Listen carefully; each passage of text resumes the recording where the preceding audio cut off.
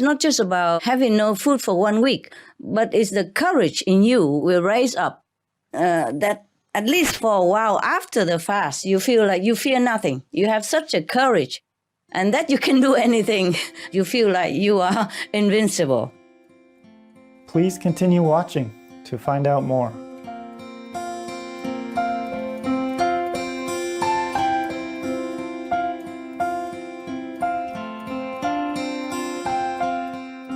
Kind greetings, enlightened viewers. I am Nathan from Atlanta, Georgia, USA. We wish for every day to bring you closer to the Divine Spirit.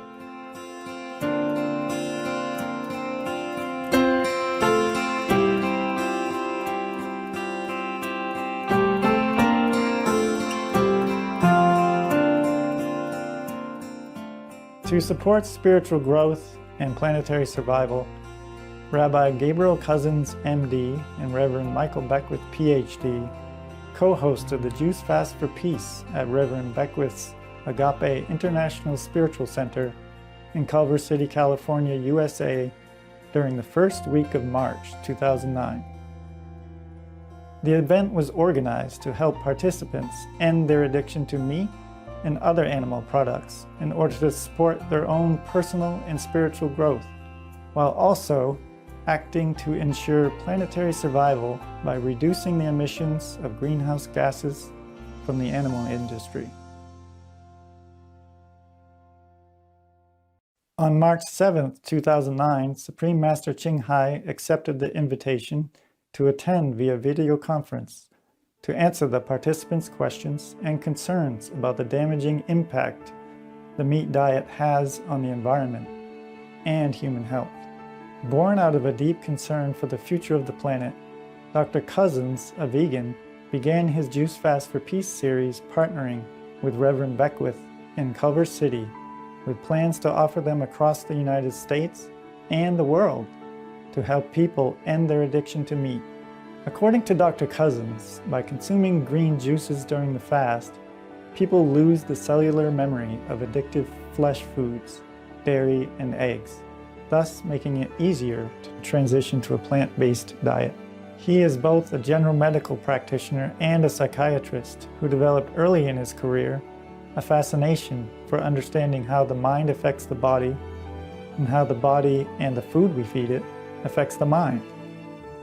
He was Chief Mental Health Consultant for the Sonoma County Head Start in California and a consultant on the California State Department of Health. He is a holistic medical doctor who incorporates homeopathy, live food nutrition, Ayurveda, naturopathy, and acupuncture as part of his healing modality. Another core aspect of his approach to wellness and healing is a recognition that our purpose in life is to awaken to the divine.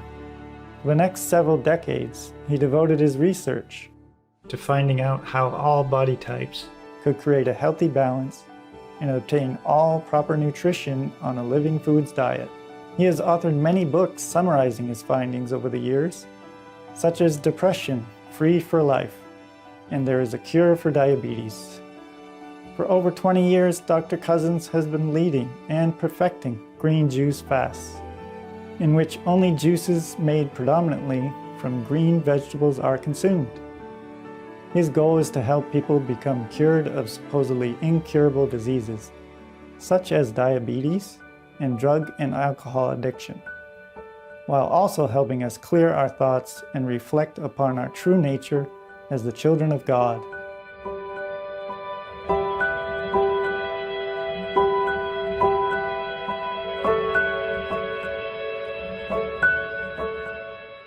Reverend Michael Beckwith, a vegan, has stated that our purpose on the planet is to wrap our consciousness around the divine treasure within us. He uplifted the fasting participants with daily inspirational talks. He is one of the featured teachers in the international best-selling book and movie, The Secret. His spiritual journey began in the 1970s, where his exploration of Eastern and Western teachings led to his own style of teaching referred to as the New Thought Ancient Wisdom spiritual tradition.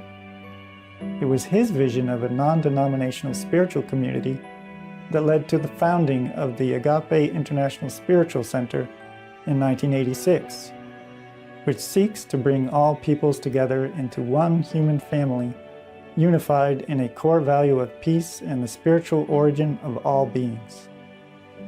Each week, around 9,000 people come to hear him speak at the Agape Center. He proactively works alongside other global peacemakers, including the Dalai Lama, and has also been featured on Oprah, an international US-based daytime talk show, and interviewed on Larry King Live by one of the premier broadcast interviewers of our time. We invite you now to join us for part 1 of our 5-part series to witness this peaceful and uplifting dialogue between Supreme Master Ching Hai, Reverend Michael Beckwith, Dr. Gabriel Cousins, and the participants of the first Jews Fast for Peace in Culver City, California on March 7, 2009. And just to tell the group a little bit about Supreme Master Ching Hai, she's really one of the leading humanitarians in the world today, perhaps even in this 21st century. She contributes over $1 million a year of her own money to support all the disaster issues around the world. She received the Guzi Prize in 2006, which is the equivalent of an Asian Nobel Peace Prize. In her own work, she doesn't take donations, and she only asks people to do their work.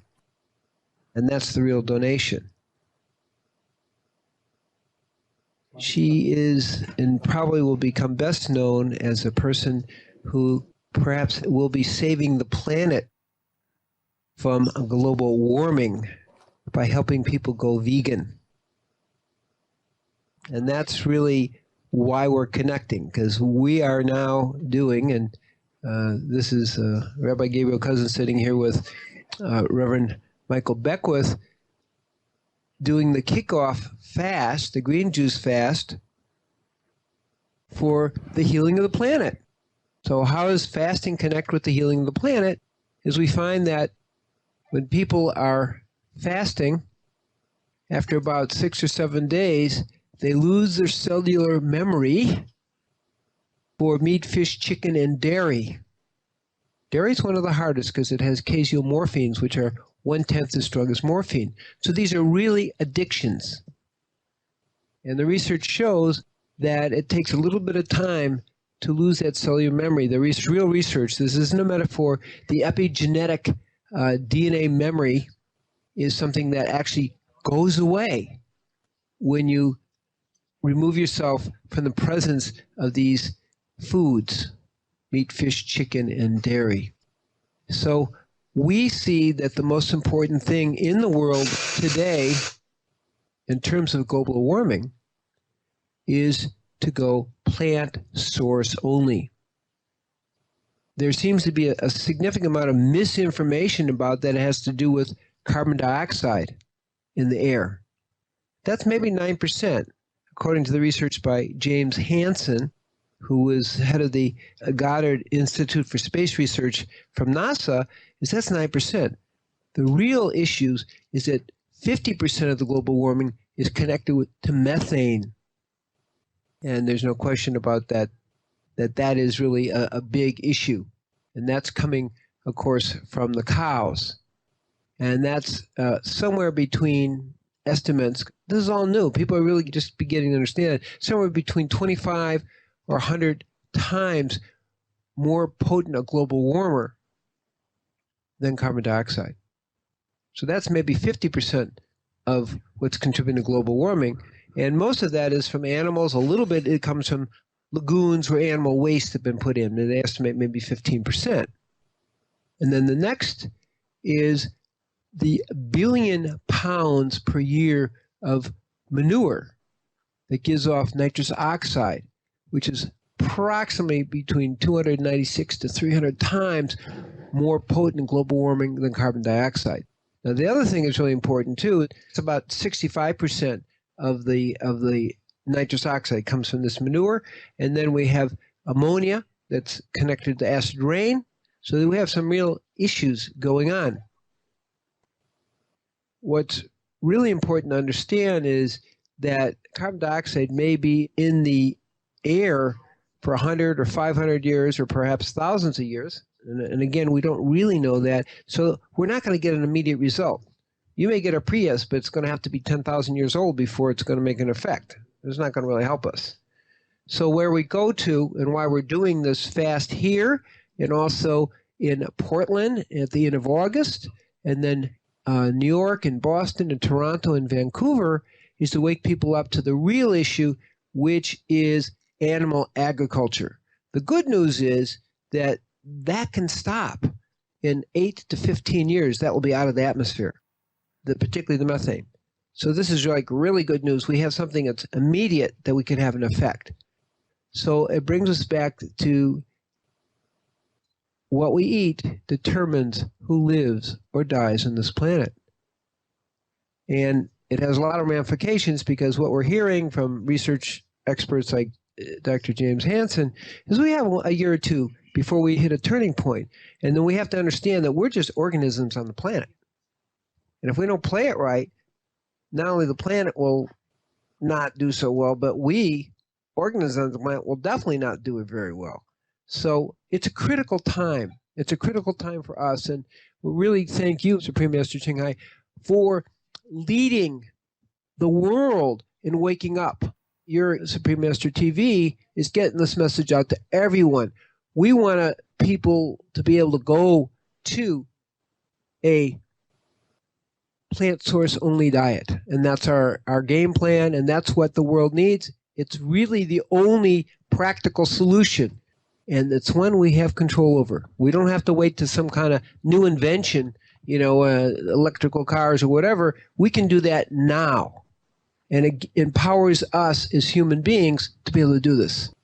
So we're just very happy to be working with you. And again, we greet you with great love for the great work that you are doing around the world. And we see us as really brothers and sisters in a very particular way for saving the planet. So thank you very much. I want to introduce Reverend Michael Beckwith, who's going to talk a little bit also about this. And then we're going to do some questions. And we bring tremendous greetings and love from here at Agape for the tremendous work that you have been doing in terms of spreading this gospel of truth regarding the power of the fork. I don't know if I can add too much other than what Gabriel has already said, but that individuals can begin to change the world just through the power of their fork. As he vindicated, we don't have to do much other than to break the addiction of what's been going into our body temple. And then that also, as we do this more and more around the planet, we begin to create a field of individuals who are oscillating together in the field of possibility. So as we're cleansing the body temple, then of course the mental body becomes clean again, and then we have greater access to our spiritual dimension, which allows for unexpected surprises to take place when all seems not. So when we're looking at the scientists giving us these dire reports, which are very accurate and very true from a scientific level, when individuals come together around the planet and break free from the addictions and clean their bodies, become access to the supreme presence of God, which moves us and brings things into possibility that before weren't possible because we weren't vibrating high enough. We didn't have access to that domain. So it all works together for good. Our diet, our clean mind, and our access to the realm of the divine, and then us working together amplifies that field logarithmically and exponentially. And so even though there's a small group of people here, it has a big effect on this city. And of course, the small groups around the world then have a big effect on the planet. So we're just very privileged and honored to be in this number together, the Tree of Life, Agape, you and people around the world taking a stand for love for our planet and for each other. And we welcome you into this space. Amen. We really want to honor the people who have done this fasting because you are heroes. So let's give a yes for everybody here. And by the time the next year or two is up, we want to have millions of heroes out there. And every person plays an important role in being that. Are there any questions you have for us before we ask you questions? Yeah. I want to ask if everybody is hungry. Well, not really. We're hungry for God. Oh, good. That's good. Because when I fast, like what you are doing right now, alone, I did feel hungry sometimes. Because I'm too near other humans, and the smell of cooking and all that is very tempting. But if you are alone and you have a supportive group like that, you are lucky. And you feeling good? Yes. Uh-huh. You feel more elevated and lighter after a week of juice, right? Yes, yes. Very good. So you're having a drinking party, huh? Vegan drinking party, right? Remember that one. That's good. Talking about spiritual group.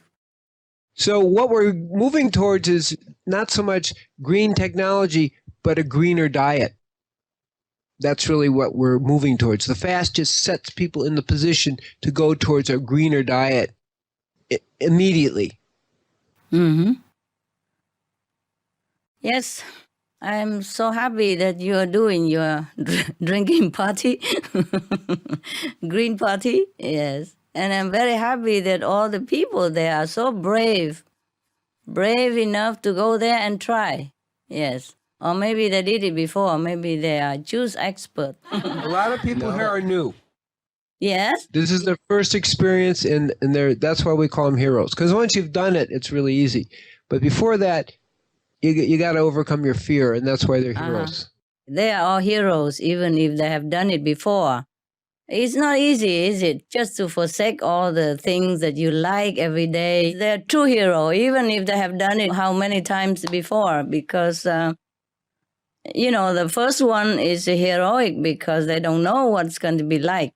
But the one who done it before is also a very great challenge, truly. For me, it was. I couldn't say that it was easy.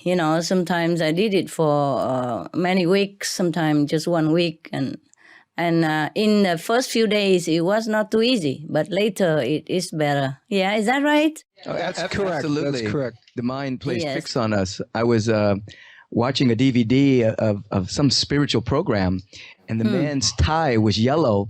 And I noticed, this was the third day, and I noticed that my mind started imagining me eating corn. And I just became aware that the mind was doing it on its own. And I was looking at the mind, imagining that it was eating corn. And I had to slap it into some discipline. So definitely, it's a little challenging, but with the support of the group and our prayers and what we've been doing, the yoga, the meditation, the support, it's a lot easier for people to make it through. Yes. You are doing the right stuff. The cleansing of the body through 1 week fasting of juice is very, very beneficial to your health, at least. And when you have a healthy body, your mind will be also clear. I gained some of the spiritual elevation through this kind of fasting as well. So I have to tell you, I meditate intensively, and I can feel the level truly rise up. I mean, almost physically, that you can feel it. And it was very rewarding. So I hope all of you or some of you feel the same. Yes. You can feel all the chakra just like rising up and open one by one, like one door after another, tuck, tuck, tuck, like that. Yes. It's almost physical, truly. Could even feel the physical sensation as well. Any of you have that? Yes. Oh, wonderful. Congratulations. Congratulations. And when you go home after today, keep up the same concentration and devotion that you have here with the Reverend and a wise doctor, doctor of the mind as well. Truly, many diseases can be also eliminated this way, huh? Yes, so it cleans up everything. Yes, I'm glad you have done it. I'm glad you have enough courage and stamina to do it. But of course, under the wise guidance, it's always safer, hey? Yes. Wonderful, wonderful. I'm so glad you did. Yeah, both of you, the Reverend and the doctor, they are your benefactor. Thank you. Thank you very much. Very good. Thank you. Good people. Thank you for your support in this whole thing, because we're going to be doing this around the United States and in Canada. Wonderful. So we hope to see thousands of people fasting by the time we're done, and then going vegan. Yes. Which is the punchline. I see. It sneaks up on them. We starts off getting them to fast and clean their Right. body temple, and then we break the news on them. Right. They Right. can actually save the planet by Yes, transforming themselves to a plant-based diet. that's right. We operate on the pleasure principle, and as you get into fasting, and particularly as we do the Kali Retra Yoga and the meditation, Shaktipat meditation, people begin to get the pleasure of the divine in their lives, and then that's an encouragement to keep doing it because it Right. feels so good. Yes. You see, once we break through the habit of the conception that we need food every day, we need solid food, we need this, we need that. Once you prove to yourself that I go through 1 week, I could go through another week even, and I fear nothing anymore. After that, you feel a sensation. It's not just about having no food for 1 week, but it's the courage in you will raise up that at least for a while after the fast, you feel like you fear nothing. You have such a courage and that you can do anything. You could, go without food for a long time even. And not to talk about trying to change to vegetarian diet, vegan diet. So you can do many things. You feel after 1 week fast or 2 week fast with juice, you feel like you are invincible. Is that how you feel? Yes. Some of the benefits of a vegetarian diet: lowers blood pressure, lowers cholesterol levels, reduces type 2 diabetes, prevents stroke conditions, reverses atherosclerosis, reduces heart disease risk 50%, reduces heart surgery risk 80%, prevents many forms of cancer, stronger immune system, increases life expectancy up to 15 years, higher IQ, saves 70% of a total cost of $40 trillion for reducing global warming, uses 4.5 times less land to grow food, conserves up to 70% clean water, saves 80% of the cleared Amazonian rainforest from animal grazing, a solution for world hunger, free up 3.4 billion hectares of land, free up 760 million tons of grain every year, half the world's grain supply, consumes 1/3 fossil fuels of those used for meat production, reduces pollution from untreated animal waste, maintains cleaner air, saves 4.5 tons of emissions per US household per year, stop 80% of global warming, plus more.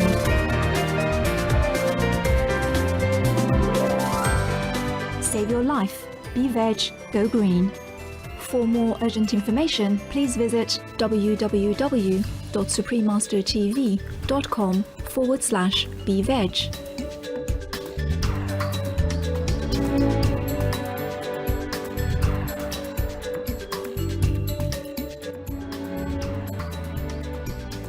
They feel that they can live by the very word that comes from the mouth of God now. Right. Yes, that's right. Because they can feel that word resonating throughout them. It may be time, if we could, to ask you some questions. We have a list of about 8 questions. Is this a good time to do this? Yeah, sure. Please. Greetings. Your television network has been actively broadcasting about the urgency of climate change and its connection to diet choices. Could you Yes. share with us some of the recent data? Oh, yes, ma'am. Gladly. There's so many news every day showing us how urgent the situation is for our planet and the huge role that our diet plays in saving the planet. Since you asked, I would just name a few. I guess many of them you know already, or you could look up on the internet. But since you've been drinking, I did the looking for you. Now, in September 2008, Dr. Rajendra Pachauri, head of the Intergovernmental panel on climate change. He's the one who got Nobel Peace Prize together with Vice President Al Gore and others. He stated that scientists had called to tell him that the emissions from livestock were much higher than previously estimated. You see, before they said it was 18% in the Livestock Long Shadow Report, 2006. But now the emissions from animal farming are actually higher than that. As far as how much higher, they are not still very sure. But Dr. Colin Campbell, the bestseller of nutritional biochemist book, he said that his colleagues at the World Bank found that 50% plus of total greenhouse gas emissions right now are coming from livestock raising. And that is not even the sure percentage yet, you see. And Dr. Campbell revealed that this information is not yet the highest that they have estimated, that they have researched. They think would be more, okay? And he has revealed this information to us in an interview with the Supreme Master Television. Right now, the climate scientists are telling us more and more that if we reduce livestock industry, we reduce methane. And that is the most immediate way to cool the planet, because CO2 from fossil fuel may take tens of thousands of years, you see, to leave the atmosphere and cool the planet, according to the research. But methane is 23 times more potent, hotter than CO2, and they dissipate average over 10 years or 20 years. So the latest report from IPCC scientist Dr. Kirk Smith in USA said that methane is a much hotter gas than currently reported. Yes, he said that it could be 60 to 100 times hotter than CO2, average over 20 years. So methane goes out in the atmosphere in 9 to 15 years, disappear, compared to up to thousands of years for CO2. So if methane is reduced, the warming will be reduced immediately. You understand the logic, yes? Because CO2 stay longer in the atmosphere, but methane go and disappear quick. So the way we reduce the methane is by reducing animal agriculture. If we ban meat, ban livestock raising, then the methane gas will be cut, for up to date, at least 50%. Can you imagine? It's a very big chunk. And then the planet will be cool immediately. Compared to CO2, it takes 10,000 of years to cool off. Right now, the most problem gas that hit the planet is methane, you see, because it's a lot of them. According to the scientists, it's already 50%. That they say more than 50% even, you see. So if we stop methane, meaning stop the animal rising, then we stop 50%. They say just 50%, at least 50%, you see. And now if we change into a vegetarian organic farming, then that practice alone will cut 40% of CO2 as well out of the atmosphere. So you see, we're gaining. Not only we cut 50% of methane gas, and by doing organic farming, we cut another 40% of CO2 in the atmosphere. See, we gain all the time. And double together, then of course we cool the planet. I'm not talking about a miracle. I'm talking scientifically and logically, and every one of us and every one of you can go onto internet or ask these famous doctors of climate, see what they say. Livestock are the single largest source of methane. Between 35 and 40% estimate presently of methane emission globally, according to the UN Food and Agriculture Organization. But I think it's underestimated. I'm sure of that, though I'm not a scientist. Because if you add things together, it's not only 40%. Now, this is why Dr. Scott Smith recommended that the government impose extra tax on meat to change habits. This is a good idea, but I feel it's a little bit slow, but it's better than nothing. It's good for two reasons. Number one, the scientists at Carnegie Mellon University found that eliminating all animal products and eating vegan for one day is 7 times more effective than eating locally grown food for reducing emission. Number two, Food Watch Institute said that switching from a conventionally raised standard diet with meat and dairy to an organic vegan diet reduced 94% of the emissions from our diet. So these are the most recent data that I can update to you. And they are telling us clearly that not only it is very urgent right now, but the fastest way to solve it, the quickest, the most effective, is by reducing the emission-intensive meat industry practice. Thank you so much for listening to all that.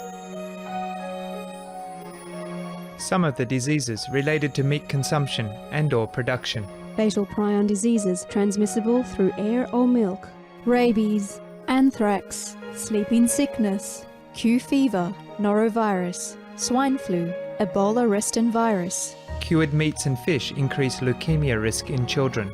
Antibiotic-resistant superbug infections and other dangerous bacteria strains. Blue tongue disease, E. coli, Salmonella. Bird flu, mad cow disease or Creutzfeldt-Jakob disease, 90% of the population at risk. Pig's disease, or PMWS, Listeriosis, shellfish poisoning, preeclampsia, Campylobacter, Clostridium difficile. Diseases hidden in healthy-appearing livestock. Food poisoning, heart attack, kidney failure from toxic additives like melamine and clenbuterol. Some of the costs of meat eating. Infertility. Eating just 1 serving of meat per day increases the risk of women's infertility by 32%, with additional meat consumption increasing the risk. Heart disease. Over 17 million lives lost globally each year. Cost of cardiovascular disease is at least $1 trillion a year. Cancer. Increased childhood cancers and adult reproductive cancers from hormones in meat. Colon rectal cancer. Over 1 million new colon cancer patients diagnosed each year. More than 600,000 colon cancer-related mortalities annually. In the United States alone, colon cancer treatment costs about $6.5 billion. Millions of people are newly diagnosed with other meat-related cancers every year. Diabetes. 347 million people are affected worldwide.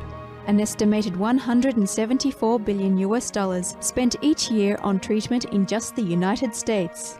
Obesity. Worldwide, 1.6 billion adults are overweight, with 400 million more who are obese. Costs $93 billion each year for medical expenses in the United States alone. At least 2.6 million people die annually from problems related to being overweight or obese. Environmental. Use up to 70% of clean water. Pollute most of the water bodies. Deforest the lungs of the earth. Uses up to 43% of the world's cereal. Uses up to 85% of the world's soy. Cause world hunger and wars.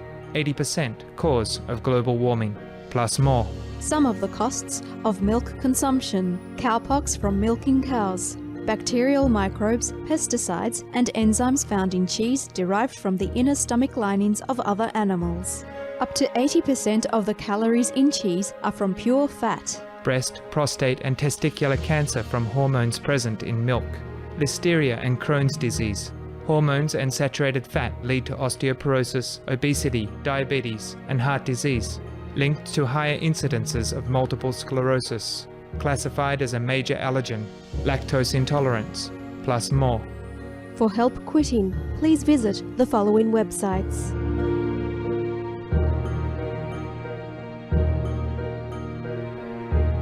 For more urgent information, please visit www.suprememastertv.com/killers. Thank you so much for your work. And here in Southern California, there's a drought currently, and talking about water rationing. And what do the experts in the interviews have to say? The expert towards a lot of things. Yes. They say that California right now is headed toward the worst drought in California recorded history. The worst drought they're heading to. The Sierra Nevada mountains, which supply much of the rest of California's water, is supplying now 61% of the usual amount in this past winter season. Winter season even. We're not talking about summer yet, when it's dry. California produces 50% of fruit, vegetables, and nuts that are grown in the United States. But the U.S. government has announced that farmers will not be able to buy any water from the state. Imagine this. They supply 50% of your fruit and vegetable, but now they're not able to buy any water from the state. And their state is in the drought predicament because the main source of water for farmers is expected to go dry this year. Greenhouse gases are causing deserts to expand in California. Elsewhere as well, but now we just zoom in California, yeah? Moreover, two of the largest man-made lakes in the U.S., Lake Mead and Lake Powell, will be dry in the next decade, 2021. These lakes and the Colorado River system that fills them provide water to nearly 8% of the U.S. population. Now they're drying. They'll be completely dry soon. So, picture all this. See, Stockholm International Water Institute states that 70% of water is used by agriculture. Of that amount, a lot of it is going into planting corn and soy, and that is to feed animals, not humans. That's why we're short of water, short of food. It's a waste of precious food, not just our precious water as well. The experts also calculate that 1 kilogram of beef takes 5,000 to 20,000 liters of water to produce, but 1 kilogram of wheat takes only 500 to 2,000 liters of water. That is 1/10, 10% of the amount of water for meat, you see? At a time when we have water shortage and all the reservoirs are dwindling at such an alarming rate, we are truly afraid that even if we don't take shower at all, it will not do much help. Because all the human uses and everything come together is only 30% of water around the world. Everything else mostly used for meat industry, 70% of it. You see that? So even if you and I go ascetic, we don't even wash clothes. We go like the Himalaya yogis, the one who doesn't wear clothes, and we don't wash ourselves. We put ash on our body forever. It won't help the planet. Meat industry should be cut. That will help the planet. That will help to reserve our water, to refuel our lakes and our river again. That is physically and scientifically speaking. I'm not talking about the merit, the bad karmic contribution that we are doing to ourselves by harming others and torturing animals and killing them just to save our stomach. Okay? On the other hand, if we forego 1 pound of beef, we can save more water than we stop showering for half a year. Just don't eat 4 hamburgers, and you can shower half a year every day, generously. Can you imagine the big difference like that? So if we really want to save the water for the world to be able to use for our daily necessity, not to talk about future generations, then we have to change to a vegetarian diet, animal-free diet. Animal industry must be out.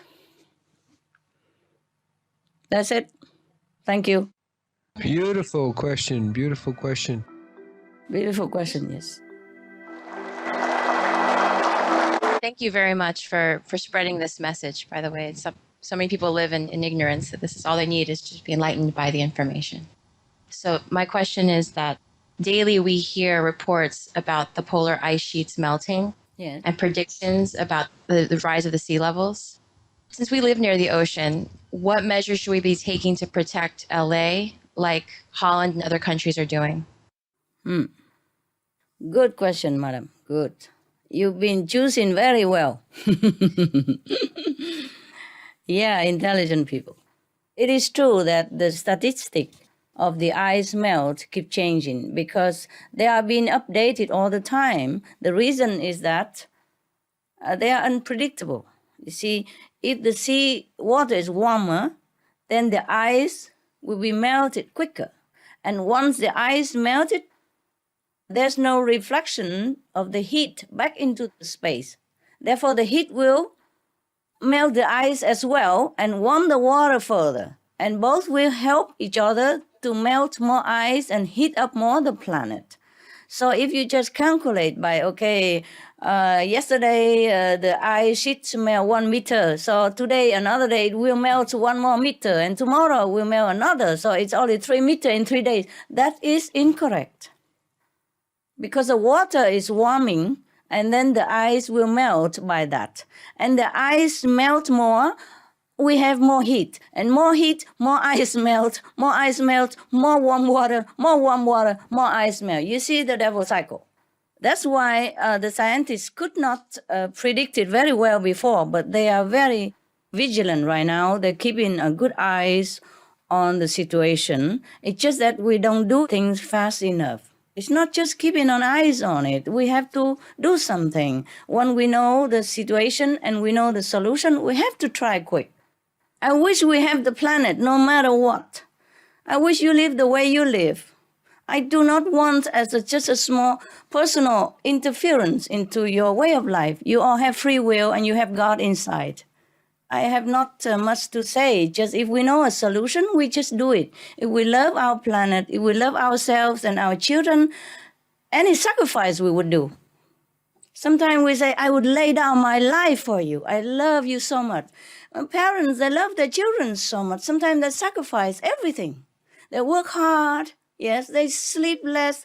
They wake up early. They go to bed late and they work sometimes 18, 20 hours just to protect the children. Why cannot just forsake a piece of meat? Yes, just to keep the home for them. The planet is our home. And the children, where would they go? It's not just about going. It's just sometimes the suffering is so intense and so prolonged that we don't wish that on our, harmless, helpless little children for the future. I don't have any children to talk of, but even your children is like my children. They are helpless. They need protection. The way we are polluting our planet right now is no good for us, for our children at all. So love should be translated into action.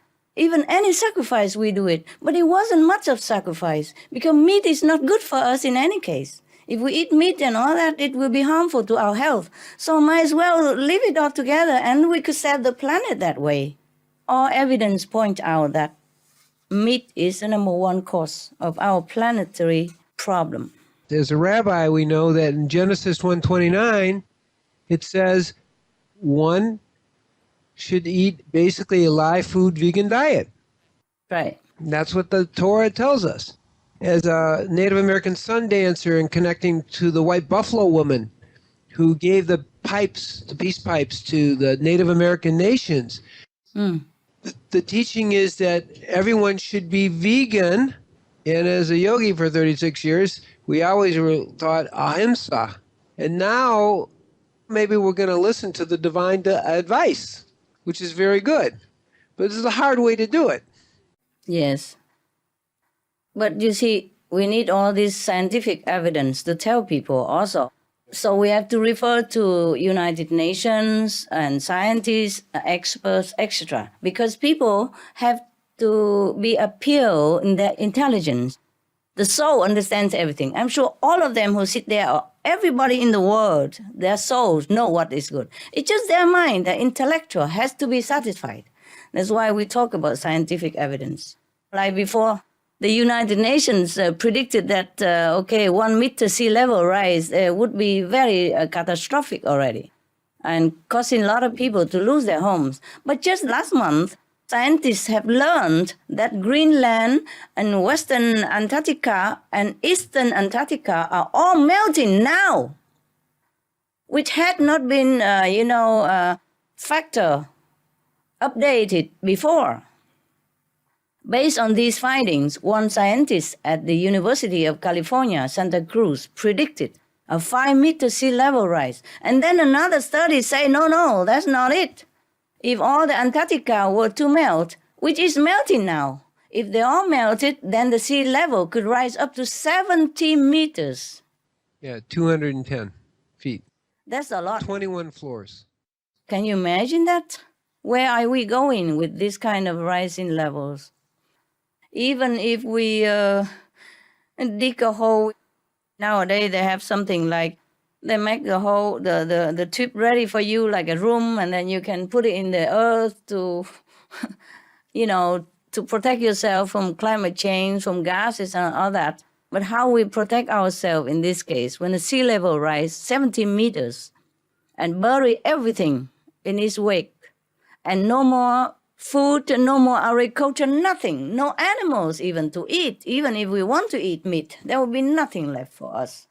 So, you see, how can we take measures to protect Los Angeles, California, not from rising sea levels, but also other similar consequences of global warming?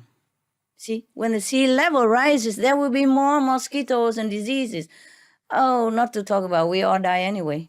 Not only the ice, you see, but also the permafrost will melt, which could potentially release billions of tons of methane gas from underneath, or hydrogen sulfide.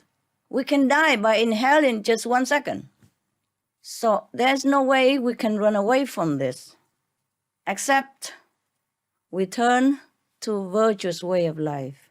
Then we are connected with heaven, because heaven is virtuous and love and blessing.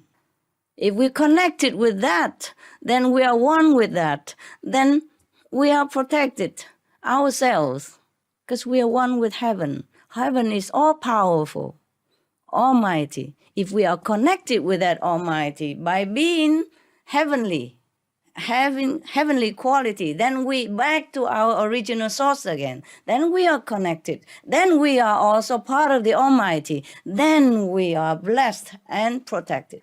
I see no other way we can protect ourselves at all. If the sea were to rise, if all the gas were to be released from permafrost and underneath of the sea and from everywhere else, that's it. So now we come back to your suggestion that we have to go back to heavenly way of life.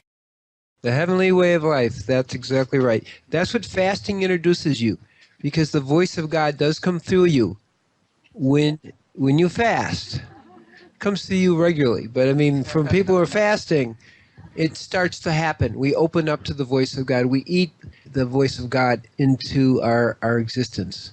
That's what we're feasting on. So it's good. And thank you for being here with us today. Many philosophers and spiritual teachers often talk about this particular time that we're going through as a challenging transition for humanity. Yes. That possibly lead to a tremendous spiritual evolution and elevation and awakening. What are some of your thoughts about that? Yes, sir. Well, I'm sure you know it yourself. You just want to ask for your audience. And It's good to get your opinion. you see, we are in a very dangerous situation right now. But I'm glad to tell you we have reached the critical mass. Can you believe? According to my inner knowledge, the critical mass has been reached. The critical mass of the numbers of vegetarian people. Okay? It's just now we're waiting for the mind of humans to be more pliant, to be more in tune with the critical mass. For your audience, I'm saying the critical mass that you say means if a certain numbers of people be like in one-minded group, like being vegetarian. If the certain number is reached, then that number will influence the whole planet in time and make everybody become vegetarian or vegan. You understand, right? Right. That is a critical mass. And we have been trying, and with many other groups, and with you, and with Dr. Gabriel, and the Reverend who sit there, we have reached the critical mass just a few days ago. And just my inner knowledge. And now we're waiting for that to work. But meanwhile, we're still working. Continue whatever we can, from television to flyer and vegetarian restaurants, vegan seminar, and free cooking class, etc., etc. We often say the human mind is like a monkey mind. I wish that our minds are really like monkey minds. Because if our mind were the monkey minds, or likewise, then everybody would have become vegetarian long ago. Yes. You see, they experiment with a monkey, like if they teach some certain numbers of monkey to drink from glasses, then other monkey elsewhere have not been in contact with human and not having contact with that monkey who drinks, still, they could use the glass to drink also. So that's why the critical mass of the monkey have influenced other monkeys' mind by inner connection, telepathic connection.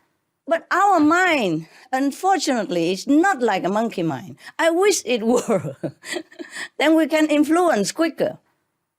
Now, if this critical mass is working, and I suspect it's working, just a little bit slower than we want, then maybe we will have the mass of the planet going to have vegetarian diet, compassionate attitude quite soon. And so I also beg you, all of you, the hero, the saints, the yogi there, please do something to help. Just pass out information, convince whoever you can. Yes, and everybody really does make a difference. Like I have a cooking show. I cook very simple. I teach kids to cook, but it influences some millions of people. That's why I do it. Yeah, even just a cooking show like that. So you could do even more than just a cooking show. Yes, you Americans. Americans are mighty people. Yes, in 200 years, they built the powerful nation on the planet. They go to the moon. They went to Mars. And they're going to see the next, planet that they guess exists in the galaxy. They already suspect that there exist many peopled planets. And they're going to find it. I'm sure they will.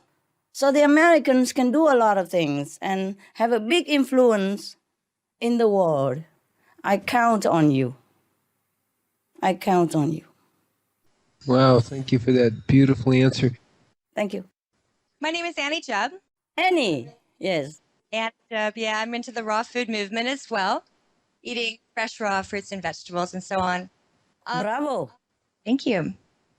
Your TV program goes all over the world, and you're talking to different governments. What response do you get from world governments about this idea of reducing animal products to affect global change? What positive things are happening with the governments? Good question. It's happening. It's happening. I wish it's happening faster, but at least it's happening. Sometimes when I hear the European Parliament admit that meat diet is cause for global warming, and they will reconsider to cut subsidies for the meat industry instead, and they give it to the organic farmers, etc. I jump around in my room and say, wow, my God, it's happening. I know it's just a small step, and we are impatient because time is urgent and our days are numbered. I know that. But every time like that, I jump. And my dogs is just, was so panicky. They run around me, licking me all over and ask me, what's wrong? I say, no, I'm happy. Don't worry.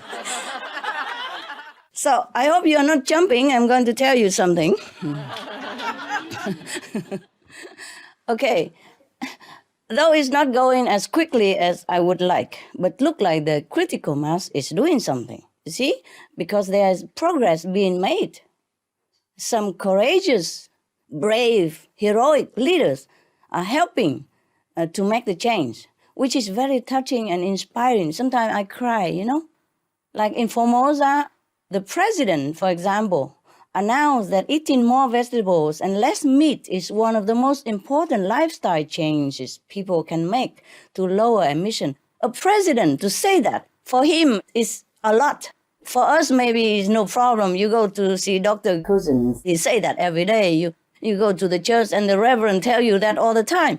But for a president, you understand the political pressure he has and the unprecedented announcement that he made, never made before in history of human or Taiwan or China. For a political leader to say that is truly brave and truly is a very big step. And then his wife, the first lady of Formosa, she also set an example, you see, for the children by reading aloud an article, how to curb global warming, eat less meat, more vegetables and fruits, you see, as an effort to reduce emissions. Finally, over 1 million people in Formosa took a pledge to lower their meat consumption by signing their petition.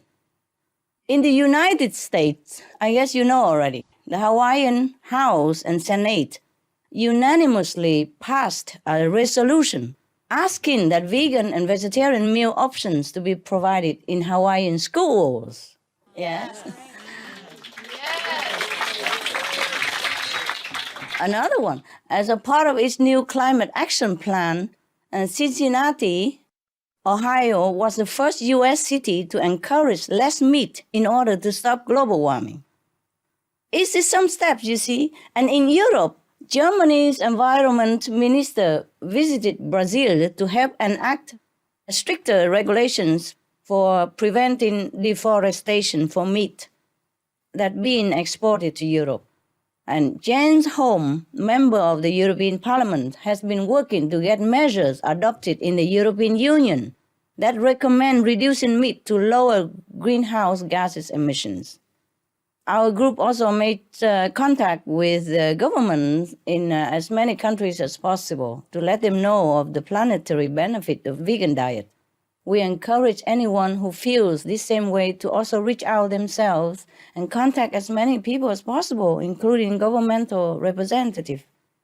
And of course, we continue to make efforts through Supreme Master Television and other activities, like Loving Hood Vegan Restaurant, flyer distributing, information disseminating.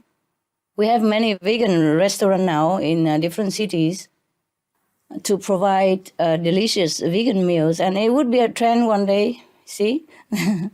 People should go there and they should have direct experience of how easy it is to be vegan and how tasty it is, the meatless food. We also encourage more government action by recognizing the governments that do promote the benefits of the vegetarian diet. Recognizing this also helps the planet immensely. That's all we can do. Maybe could do more, but if you have any better idea, you would tell me what else to do. Well, thank you for sharing the good news. We appreciate it. Good news, eh? Yeah, yes. yeah. Yesterday, just some hours before this conference with you, I had an honor to be a guest at the Mexico SOS conference. And we had a video recorded support from the senator from the Philippines, from the legislator Taiwan, and from the vice president of the European Parliament. Vice president of European Parliament. He recorded a message to support us. Can you imagine? That's a big step, no? Yes. Yeah, it's slow, but I wish more leaders would be so courageous like them. It will happen. It will happen. Oh, thank you. Thank you for your blessing.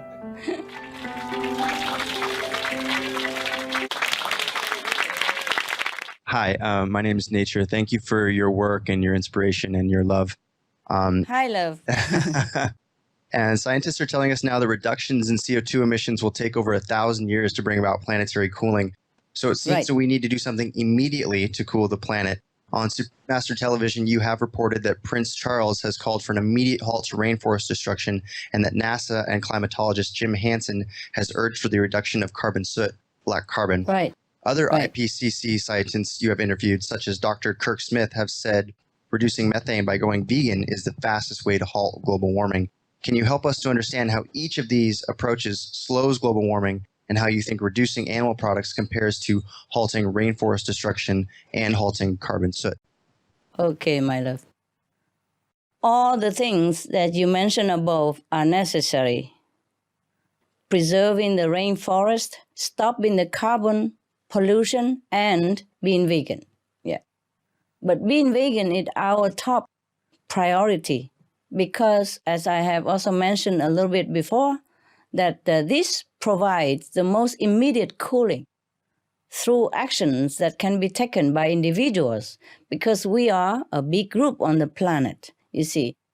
Carbon removal is also good and acts fairly quickly, but being veg is something that every single person in the world can do and immediately. Whereas changing carbon technologies will simply take much longer and we don't have time. In an interview with Supreme Master Television, Dr. Hansen indicated his agreement with this concept, saying, we would also reduce the carbon dioxide somewhat by means of going back to more natural vegetarian type of diet, as opposed to having meat diets. So that is the biggest single thing in terms of our personal lifestyle we could change in order to help solve the climate problem. Just leave one piece of meat and we have everything else as it is right now, and more later on, as the forest will regain its strength and grow back to lushful situation again, and then attract more rains and protect the soil and cool the planet. As I said already, CO2 will linger too long, up to 10,000 years in the atmosphere, but methane dissipate quickly. And the most factor that contribute to our global warming right now is methane. And methane come from livestock rising. Do you see my logic? Yes? Okay, good. So if we cut the methane, the planet cool down quick. If we cut CO2 and still keep the methane, then it doesn't help much. Besides, we cannot cut CO2 that quick because we don't have other technology invention right now to replace the one that we are having.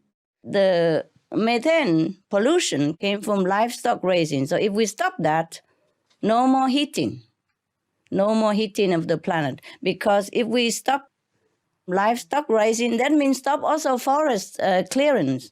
It's because most of forest clearance is for planting stuff for animals. So we water the plant from the root is the best. If we cut meat diet, everything else cut. No more transportation for meat, no more deep freeze for meat, no more manure run off into our rivers and contaminate our river. And because of that, we have to use more chemical to clean it. So we just give more and more chemical into our body. And then if no more meat, then no more forest clearing. Then we don't even need to plant trees that much. The forest will recover itself, as we have seen in some area. Just leave it alone. Nature will take care, truly. All we do is just work with nature, and nature will take care of everything. God doesn't put us on this planet to die. God provides everything already. It's just we overspend. We do not heed the advice of the Bible. In the Bible, God say, I made all the herbs in the field, plants that bear fruit. That shall be your food. I made also all the plants for the animals. That shall be their food. God never say, I made animal for you to eat. It's so clear. I wonder why nobody saw it. God even say, do not kill all the she-goat and the he-bullock to make offering to me, because your hands are full of innocent blood. Repent yourself. Do not kill any more innocent lives. Otherwise, if you pray, I turn my head away from you. No? Are there such things in the Bible? Yes, it's in the Bible. Reverend tell me. I'm not making it up. I think it was Isaiah. Absolutely, you've quoted it absolutely. The rabbi just told us it's Isaiah. Wow, he knows it by heart. But I know it's there because I read it when I was young. I was a kid. I read the Bibles. I sleep with it. I do know that God do not tell us to eat meat. He say meat for the belly for the meat. God shall destroy both meat and them. Do not be among meat eater and alcohol drinkers. Not to be among them even, not to talk about being one ourselves. So in all kind of direction, religious, scientific, and health, meat is a no-no. So from now on, we have to realize that. And please tell everybody else. I know you know it already. Please just don't be just a vegetarian. Be a heroic vegetarian. Be out there. Tell people. Do something. I need your help. Thank you. Fantastic advice.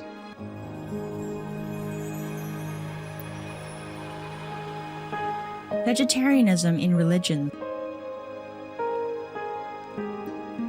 The Baha'i Faith. Regarding the eating of animal flesh and abstinence therefrom, know thou of a certainty that, in the beginning of creation, God determined the food of every living being, and to eat contrary to that determination is not approved. Selections from the Baha'i writings on some aspects of health and healing. Buddhism. All meats eaten by living beings are of their own relatives. Lankavatara Sutra. Also, after the birth of the baby, care must be exercised not to kill any animal in order to feed the mother with meaty delicacies, and not to assemble many relatives to drink liquor or to eat meat. Because at the difficult time of birth, there are innumerable evil demons, monsters, and goblins who want to consume the smelly blood. By ignorantly and adversely resorting to the killing of animals for consumption, they bring down curses upon themselves, which are detrimental to both the mother and the baby. Ksitigarbha Sutra.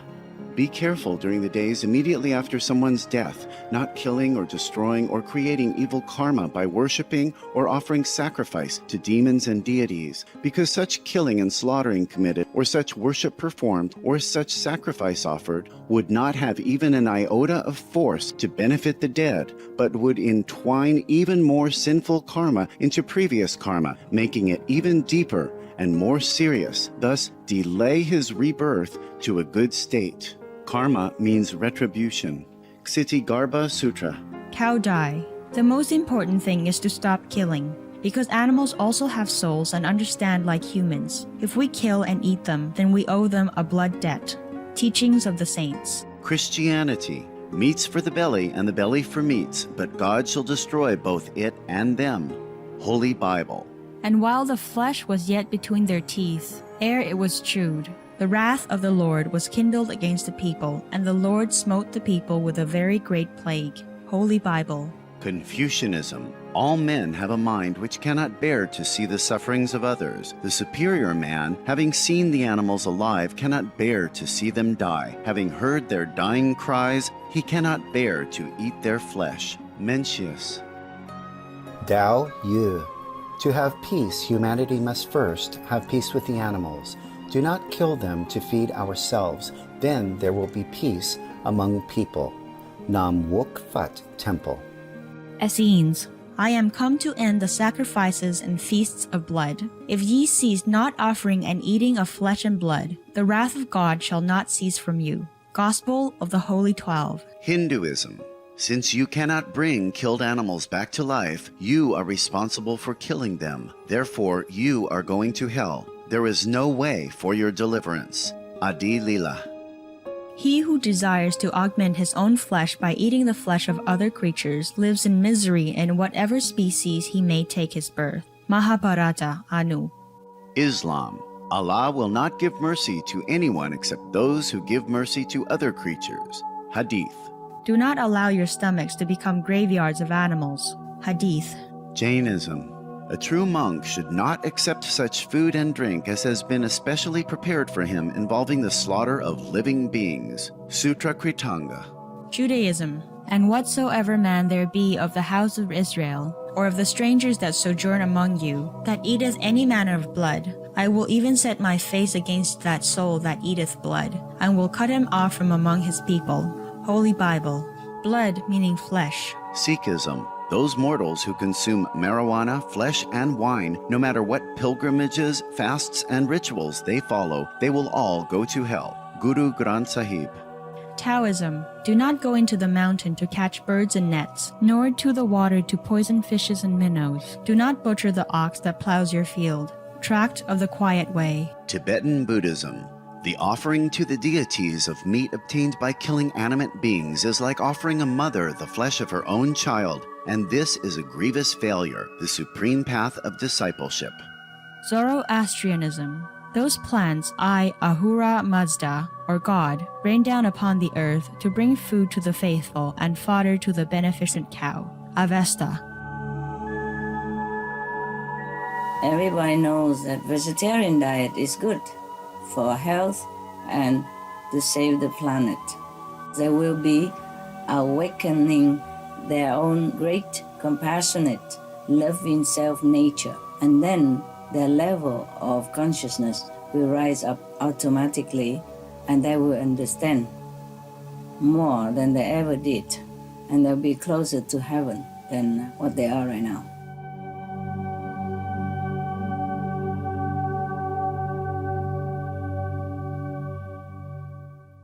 Some of the tragic tolls of alcohol.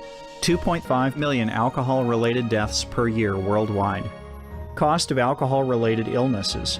$186.4 billion in the United States.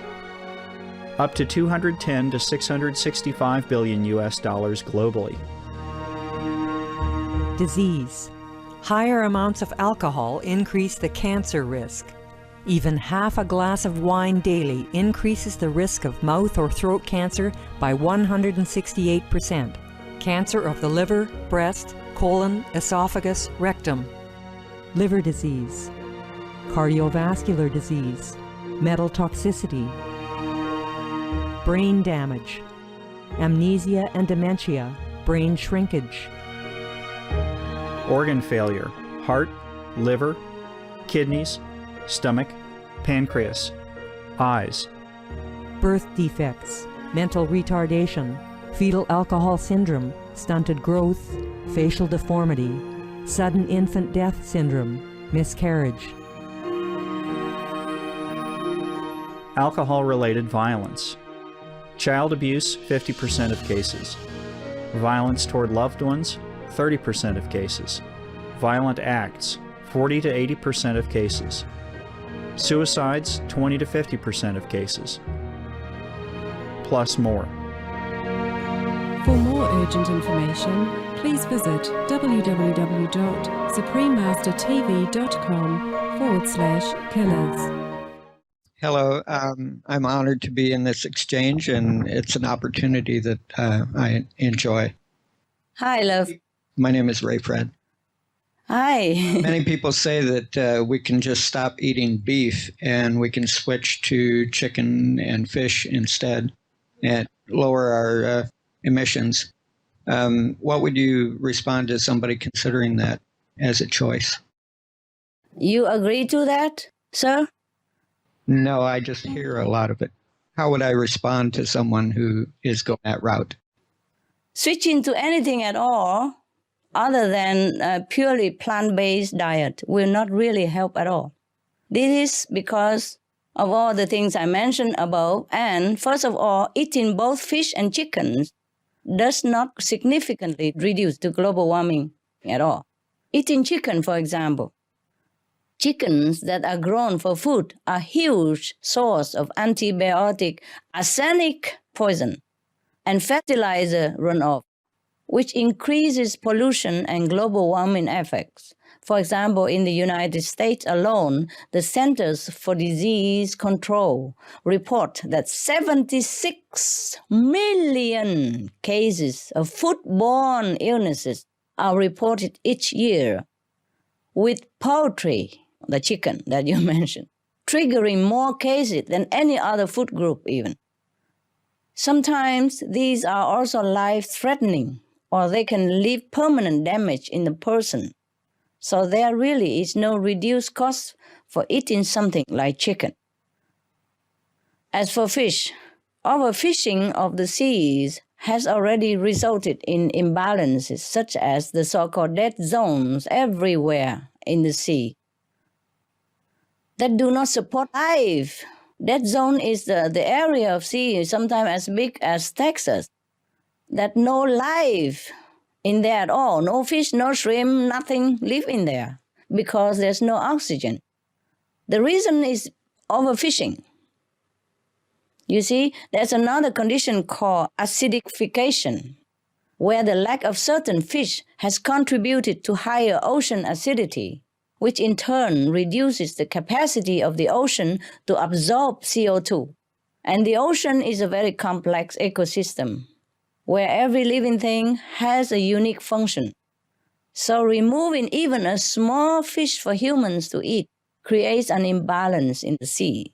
In fact, we are already seeing an effect of this imbalance on marine mammals. As the ocean became warmer and warmer and more acidic, more toxins are present in the water.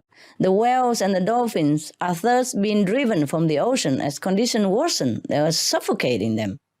Sometimes hundreds at a time, they're, dying on the beach because they cannot tolerate this, toxic condition in the seawater anymore. What do we think? Why the dolphin and the whale beach on the sand? They die hundreds at a time because they cannot suffer anymore the water in which they live.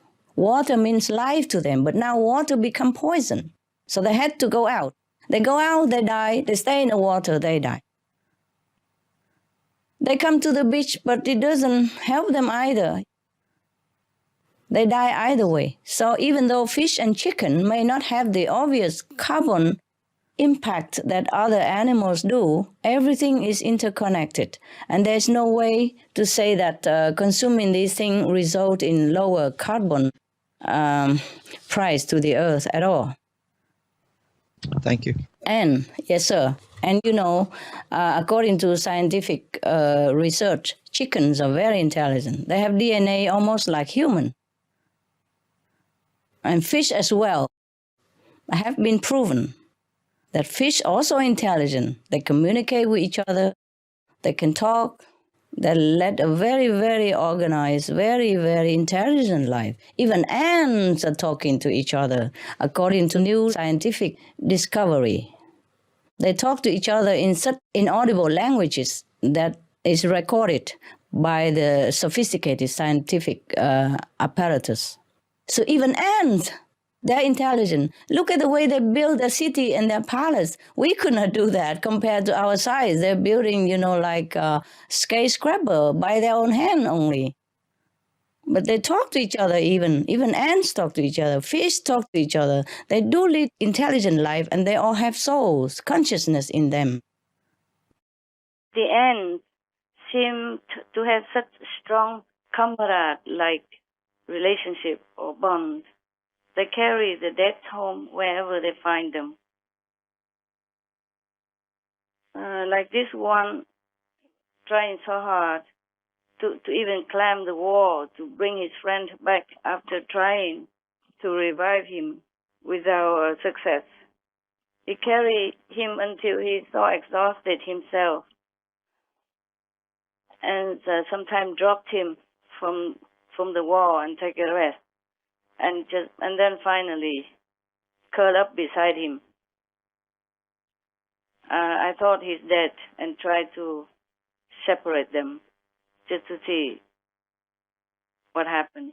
But then he woke up and tried to find his dead friend again.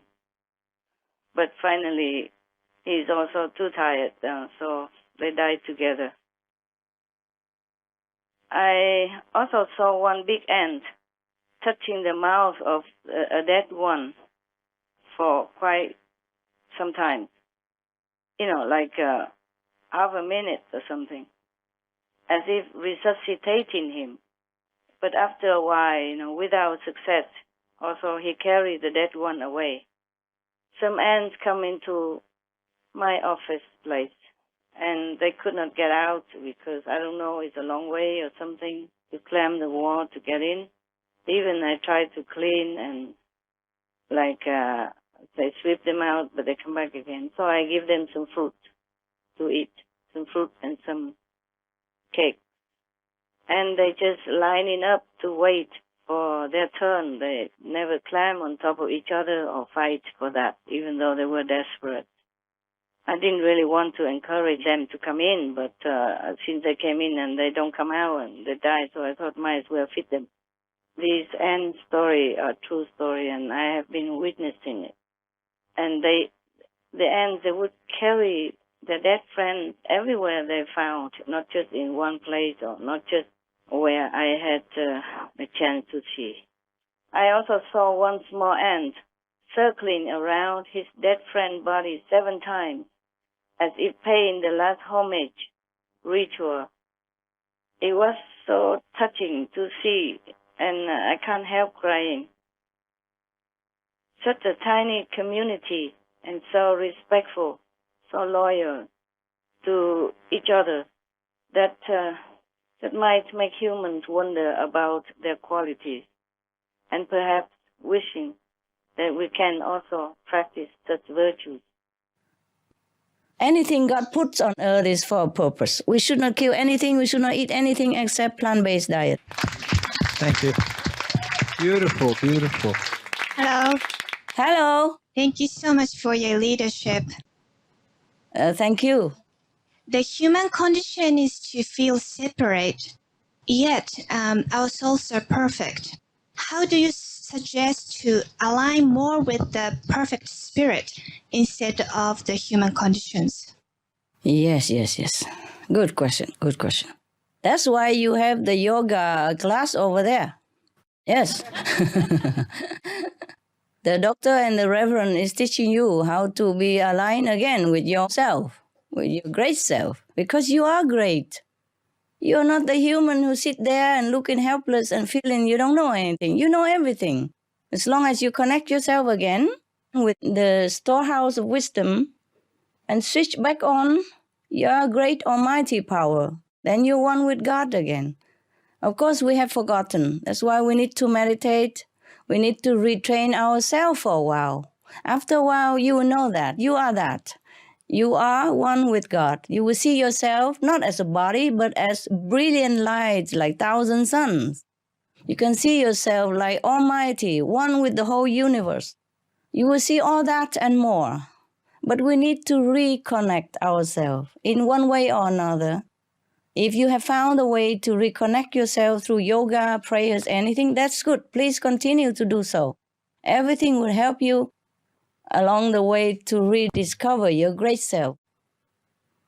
You are truly great, and I'm not telling you this to make you happy. I'm telling you this because I know it. I know it like I know my nose here.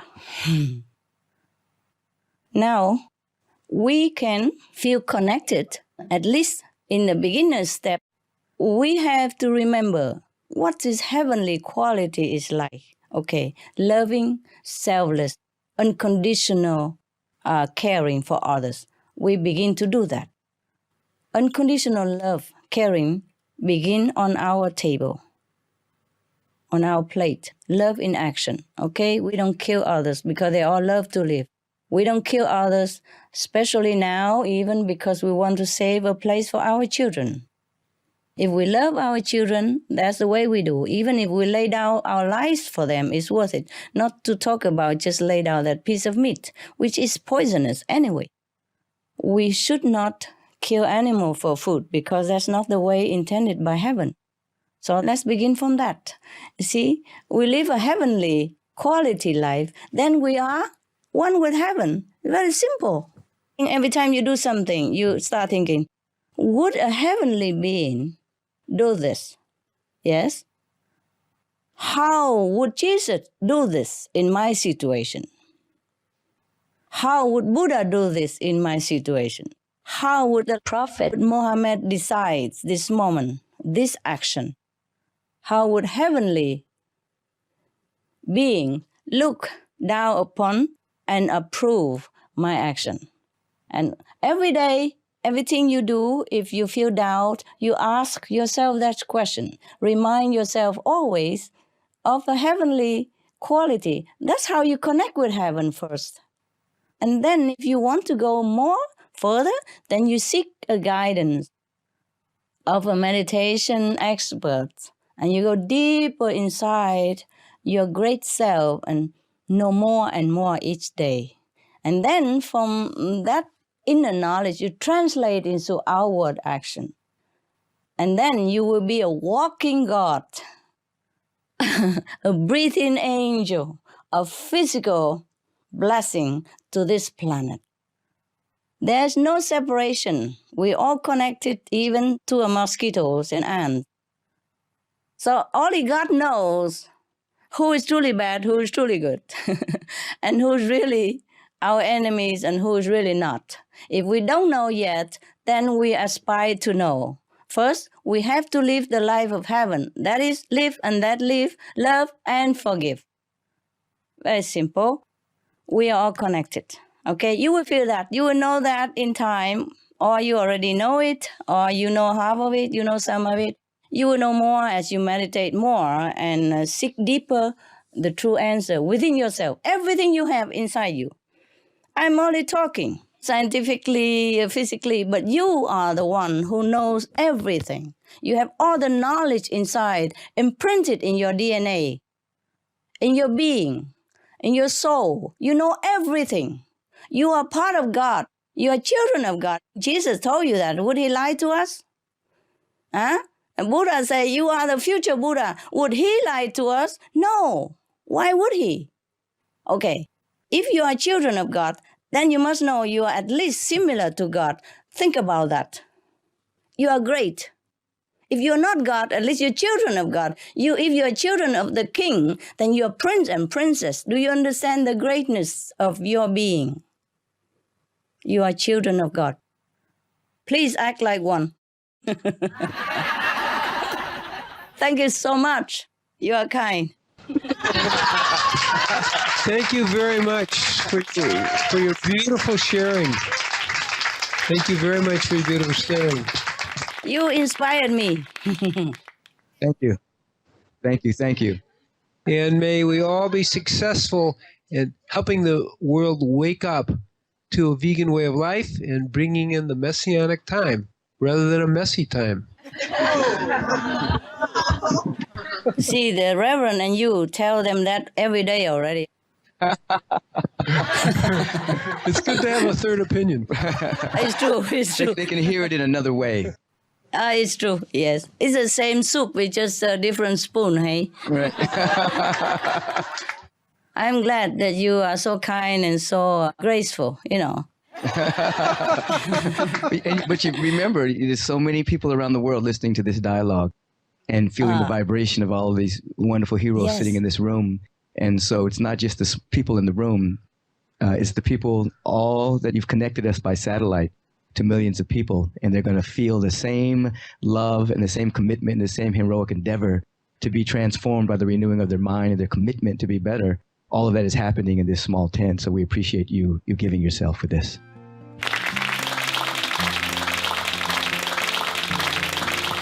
This is my wife that's about to say something. Oh, hi. Hi, thank you so much. You've really touched my heart. Thank you for the best half. Thank you so much. So my question is this. It's a very simple question, but it's kind of hard for me. So I might get a little teary. And maybe because I've been fasting, so I'm close to my inner self. What's inside, you know? Uh-huh. This has to do with my mother. It's good to cry. It's good to cry. It's cleansing. Yes. It's a celebration, though. Yes. So it's a celebration. So my mother is 83 years alive, and she's a beautiful person, and she came to live with us about 3 years ago. And she's a very strong woman, beautiful soul. And when she came to live with us, she was a big woman. She wore size 18 clothes. Yes. And she walked into our home, and we have a meatless home. We didn't eat meat in our home. Oh. And she couldn't stop eating meat, but she ate it less. Understand. So now she's like size 8. Oh. You know, she's size 8 and she's really 10 size now? Yeah, she's really thin in her body and she's very feisty and strong. And she eats meat very little. You understand? My question is this. What can I say to her? Because we've had a lot of conversations about not killing the animals, about the result of our lifestyle and its impact on the planet. What do you say to an older person who's been around a long time and who believes that they need just a little meat every now and then just to keep their protein thing together? You know, she's been living a long time, and so she considers, and she says, I just want it every now and then, just a little bit, just a little bit. And I'm thinking like, no, and I don't want to be disrespectful. She loves us. She cleans, she irons, she does everything to help us. Yes. What can we say to our families who've been around, who really feel like they need just a little fish, just a little bit of chicken to maintain a certain modicum of health? She does the beans and the rice, and she's getting there, you know, but maybe you're such a great teacher. I know you can tell me something. And then we can have a look at this on television. She's your mother. You see, it's difficult to tell your mother what to do because she used to tell you what to do. Yes, I'm lucky because I didn't have to tell my parents anything. They automatically know what I'm doing and they just volunteer and they just did it, you know, all by themselves, quit smoking even. Some of the tragic tolls of tobacco: 5.4 million smoking-related deaths per year worldwide. Tobacco use kills one person every 6 seconds. Smoking-related costs $193 billion annually in the United States alone.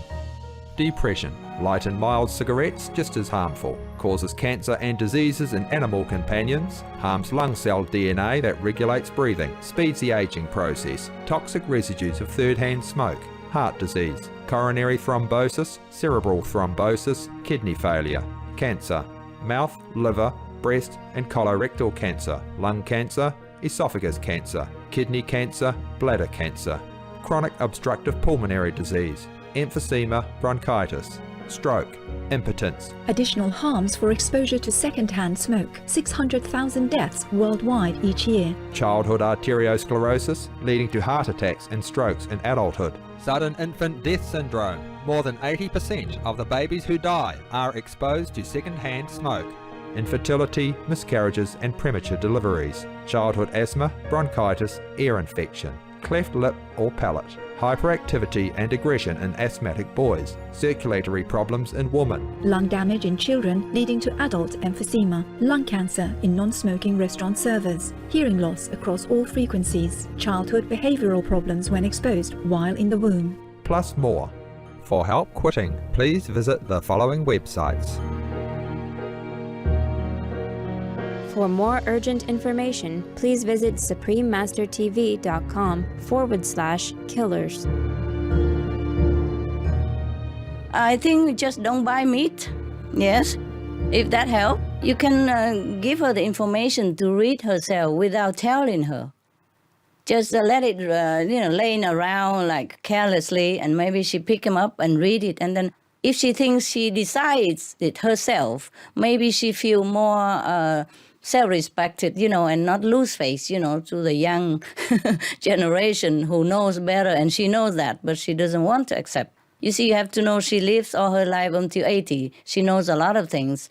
And even though she knows it's not right, but you are a daughter, you understand? That's why I never told my parents or my relatives anything. And then it works by itself. Okay, there's one more thing. You can print all the information. Don't have to be like Supreme Master Television or my name, nothing. Just print the info from our suprememastertv.com. Without title, without where from, nothing. Just scientific fact that we collected there for you. Or if she wants to watch the Supreme Master Television now again, you can show her. Just now and again, you let it run and you go kitchen, do something else, and then maybe she watch it, or you just leave it there, she watch it. You download it and you put it on a disc or something, and then you say you want to watch it, because you missed it or something. And then all this very cruel, very inhumane treatment to chicken, little chicken, they hang them in their wing and like clip their beaks and they're bleeding and they, shaking on the floor and all that, and all the animals as well. It's not just the killing even, it's the cruelty treatment that she will not be able to bear it. And then maybe that will awaken her compassion, her mother instinct, and that probably helps. Yes, it's very difficult for a daughter, even a priestly daughter, to tell her mother what to do. We have a saying in Vietnam, say, the Buddha at home doesn't respond. So Thank you. Yeah, so they have to go to the temple to pray to the Buddha there. The same statues, but they go to the temple instead. Yes. I'm glad you and your other best half, looking in the same direction, because it's true love and it's very nourishing and very supporting. Many husband and wife could not even agree on this meat diet stuff, not to talk about the same belief or anything or do in the same direction. Love is looking in the same direction. I'm so glad for you. At least you and your best half is well. And that's very important. You see? Yeah, thank you. Excellent, excellent. Thank you very much. Thanks God. Thank you. Beautiful. You've answered all the questions. Good. They're all enlightened. They don't need much. After 1 week of drinking. So we're very grateful for your wisdom. And again, bless you, bless everyone here, that we continue to inspire people to be vegan. Thank you. Save themselves and save the planet. That's good. That's Amen. good. Thank you so Amen. much. Yes. Have a good time still. We really appreciate your take on the critical moment that we're in and how we passed the critical point. We do it. And now together. This can be amplified through the wonderful work that we're doing. Thank you for being here with us today. Yes, we're doing it together. Even though you have been telling them the same thing over the week or many other time, but good food we can eat again and again, huh? Yes. Okay, guys. Remember, you are God-like. Peace and blessings. Yes. Blessings. Yes, God bless us. Remember, you are God. Also bless us, okay? Bless the planet. Yeah. Bless the planet with your power. Yes? Ciao. Ciao. Love. A lot of love. You beautiful people. Beautiful people. Thanks for having me. Thank you, Doctor. Thank you, Reverend. Thank you, the other Reverend. Thank you. Love you all. My God. Beautiful. Thank you.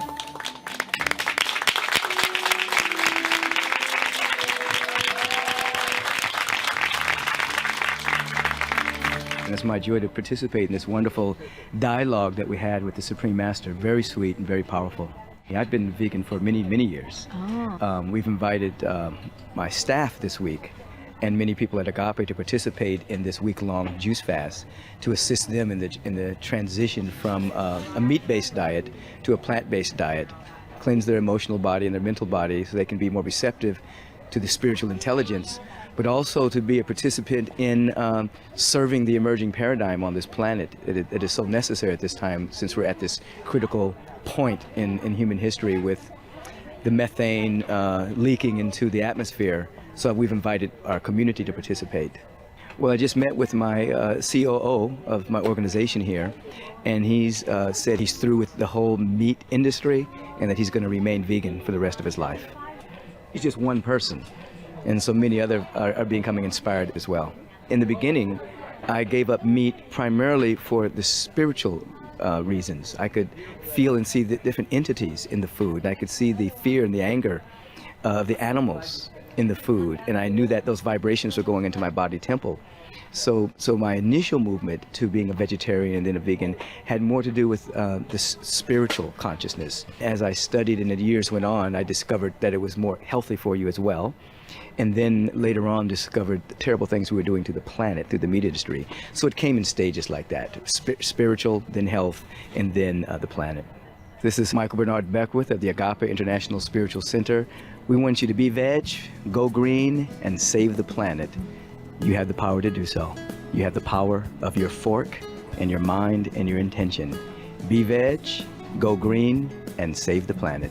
Peace and blessings to you.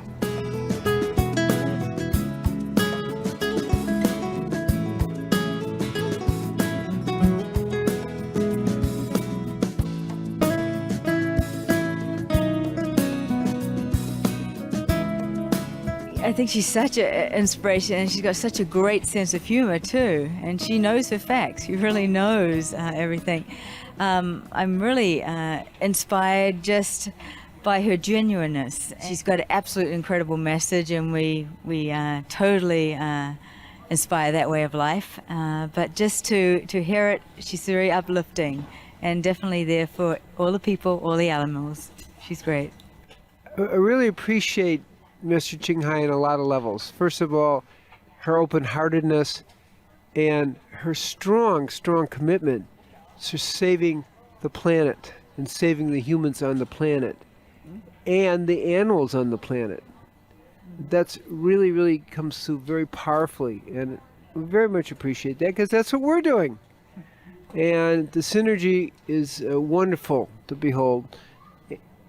I very appreciate the fact that we can get our message of being vegan and going green, and let's say going green diet, not just green ecology, but green diet, your inner ecology, out to the whole planet through Supreme Master Ching Hai's incredible TV network. And so we're really pleased. I mean, it was really good. I felt she was dynamic, real, open, and really we had a good time with her. Be veg, go green, and save the planet.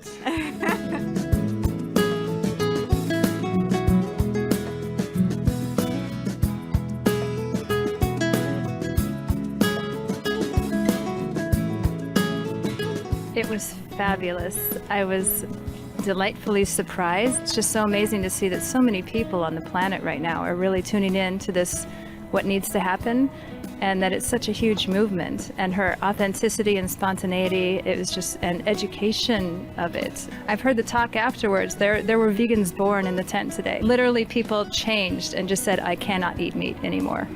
So it's very exciting. Hello, Supreme Master Ching Hai. Thank you so much for your work, and everyone, we can be veg, go green, and save the planet.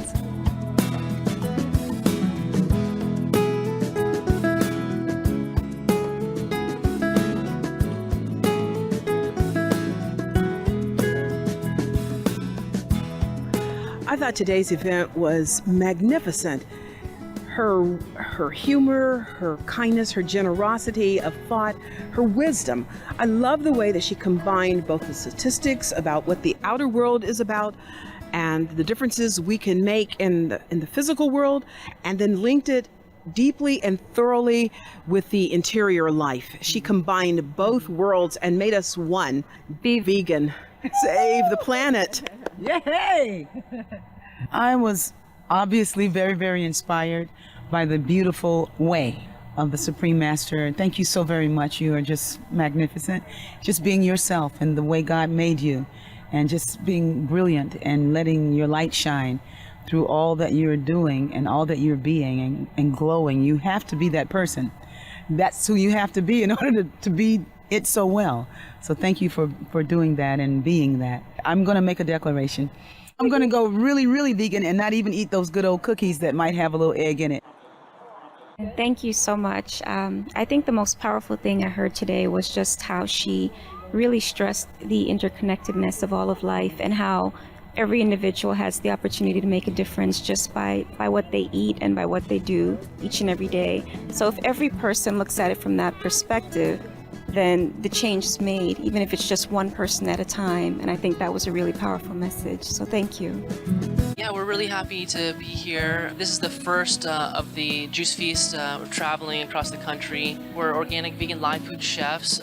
We do a lot of work at the Tree of Life Cafe in Patagonia, Arizona, with Dr. Gabriel Cousins. This Juice Feast here is really kind of setting the sort of tone for bringing people onto a vegan diet. What we're looking at is reducing the methane, reducing global warming. So we're really happy to be here and to be sharing with people and inspiring people. We're both teachers and chefs, so we have programs at the Tree for conscious eating, learning how to prepare organic vegan live foods. We have a conscious eating program that runs pretty much every month throughout the year. I've been doing organic vegan live foods for about 11 years now. You know, I transitioned from a a standard American diet. I'm 30 years old now. At 16, I went vegetarian and slowly transitioned from vegetarian diet to a vegan diet to a live foods diet. So I think the key for people is to see that it can be a slow transition. It can be a fast transition. It's really kind of tuning into your heart and feeling what feels comfortable for you, and opening your heart to these ideas and this change that can occur on all levels, spiritually, mentally, physically, and globally, planetary, with the environment. So this is a really excellent vibration that we're holding here. It was really beautiful to have Supreme Master Ching Hai and Gabriel and Reverend Michael Beckwith together. It was a really powerful team of just energy happening, and Gabriel's traveling and sharing exactly the same message as Supreme Master Ching Hai, and the sense of going vegan, going plant source only diet, reducing the methane on the planet by simply going vegan. And Gabriel's sharing this statement really, really strongly. What we're looking at here is the point of the juice fast. It's encouraging people to go towards plant-based diet only, plant source only diet. The three of them, very, very powerful team, and really making a large impression on the planet right now. So it was very, very beautiful. It seems very important for all of us, both men and women, to also hear a feminine voice coming through. And I think that provided a really beautiful balance. Both Michael and Gabriel are very well-balanced beings as well, and they can present both sides of it, and it's really beautiful to see strong women being able to participate and also offer such depth to everyone watching. So definitely 3 people to keep up with. We definitely support, this idea, and we're sharing this ourselves. Be veg, go green, and save the planet. And save the planet.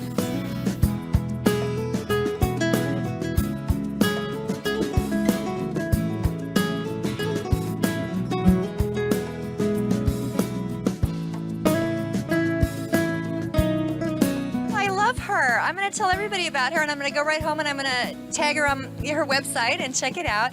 She has a darling sense of humor. Her message is totally kind and loving. I loved her sense of humor, and I absolutely adore her. I think she's great. She was so inspiring to me, too, and talking to governments and rocking it. I just loved her. She's absolutely adorable. I've written 9 books. My most recent books that deal specifically with raw living foods is Life Food Recipe book, Living on Life Force. And that's just kind of a handbook for how to follow this program. And then a very scholarly work, which I published in 2005. And it's called Secrets of an Alkaline Body, The New Science of Colloidal Biology. They're all on Amazon.com. If you really want to know the science behind how this works, how it really turns around these diseases. One of the easiest things that anybody can do, personally, is just to be eating a plant-based diet. It's easy on the planet, it's easy on your body, you'll live a long time. One of the big problems, besides just the absolute inhumane cruelty that goes on in factory farming animals, the runoff from those places is just polluting all of our groundwater, our precious, clean, underwater ground tables, and this deforestation, and not just on the land, but also in the oceans, these dead zones, which she mentioned today. These are very, very important. This can be healed now. We're at a critical threshold. We can heal it now. It's going to take a little while, but it's going to take about half the planet to shift onto a plant-based diet, and that is totally doable, especially when they get the information behind it, and if more television, broadcasts are aimed at this. And I see in the next 100 years, we're really, really changing the way that we advertise, the way that we think about things. It's a really wonderful time to be alive on the planet right now. And I think this is one of the coolest lifetimes to be here, because we are going to see this change in our lifetimes. Well, I really love the raw food movement because it goes a step beyond vegetarian and veganism, which is very important. And it goes right to the source of that life inside of us. They have these really cool cameras. You can take a picture of a person or an orange or a tree or any living thing, and you can see this amazing technicolor rainbow of light that's surrounding it. This is the sense of life food nutrition, right? That's why I call it life food. It's anything that has that aura, that rainbow around it, which any living thing does. Now you take a picture of an orange and it's got this enormous energy field of color and energy around it. But if you take a picture of something that's dead, like an animal product, there's nothing there. It's like a red, nothing. And in fact, it even is red too. If you look at the subatomic level underneath some of these microscopes and you look at what disease looks like, it's like that. It's neutral. There's nothing moving there. Anything that has a life force around it has enough energy. It has energy in it that's going to gift you energy. Whenever we cook that apple, all of the enzymes in it die, and so the life force in it dies too. You take a picture of a dead apple next to a live apple and you can just see what you're missing. Another important distinction is organics, right? If we got the whole planet to shift to organics, we would just be doing so well. So organic food has between 50 and 70% more nutrient, more vitamins, and especially minerals than non-organic food. Why we're having so much disease on the planet today is because we're missing minerals. Not only are they cooking it out of the food, but it's very poor farming practices. So you have this range when you work with nature rather than working against nature. And of course, if you know what non-organic means, it's kind of a nice word, but it really means we're putting a ton of pesticide and poison. The bees are having such a hit right now too. The bees disappear and we're all out of here. They handle all of the modern day crops that we're working with right now. So we got to stop poisoning our bodies, got to stop poisoning the planet, and really flood the body and flood the planet with nutrient. And this is how we're going to come through this piece.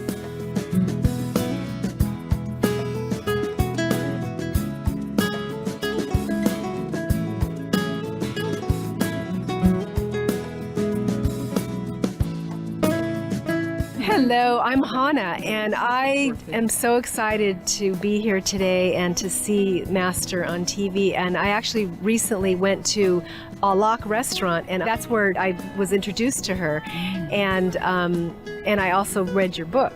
And it was just so beautiful and inspiring. And so everything is just so amazing how every synchronicity is all coming together, being here today, and just so excited. So thank you so much for all the things that you're doing in the world and the information that's going out to millions and trillions and the entire planet. So we will all make a difference and we will survive many, many, many, many, many, many years and lifetimes, and the children will be able to be happy and free and peaceful on a peaceful planet.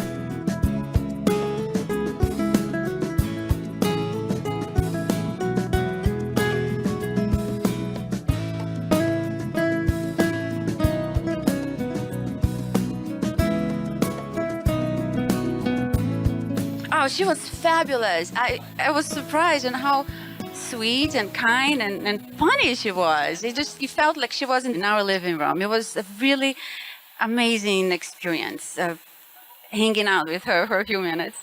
I first signed up for this fast because I would like to learn from Dr. Gabriel how to heal my cousin from cancer. She's in Brazil now. And I had no idea what I was signing up for. I had the most wonderful experience of my life. I had insights that I never thought I would in 6 days. Today we are on day 6, and I feel lighter than I have ever felt. I feel clearer than I have ever felt. And most people on earth, they ask the question, why are we here for? What are we doing here? And through this process, you're in touch with that. You find out who you truly are, what you're here to do, and just big bad, go green. It's what keeps resonating in my ears and in my soul. And coming from Brazil, the largest producer of meat, and growing up seeing animals being killed, now I understand the importance of all of us around the world. Forget about meat products and start planting in your gardens. And it's going to help communities. It's going to help the planet. It's going to help yourself. If you want not to do this for a global standpoint, for a humanitarian standpoint, do it for yourself. You feel so amazing. You receive so much light through this process. I just recommend to everyone, and I'm going to bring it to my clients, to my hotels, and hopefully we're just going to make an impact around the world. Vegan, veg, going green. I'm a conscientious eater. Like, I don't eat red meat, but I had a little chicken and lots of fish. I love fish. After this week, I'm going vegan. I've decided, I have made a commitment to myself, to my family, and to the planet. we say in Portuguese, uma andorinha não pode fazer o verão, which is one bird doesn't make the spring, but it takes one to start. Let's do it. After this week, I have decided I'm going to continue my studies with Dr. Gabriel to become a raw vegan chef, and I'll bring the teachings home to Brazil. In the next 2 weeks, we already started a chain with my family. For 40 days, we are going to do a spiritual fast, starting with 7 days of food fast, just juice fast, and moving on just to really connect with spirit. And during these 40 days, we are bringing this element now, which just, I just found out that this is for the planet, not only for yourself, for your body.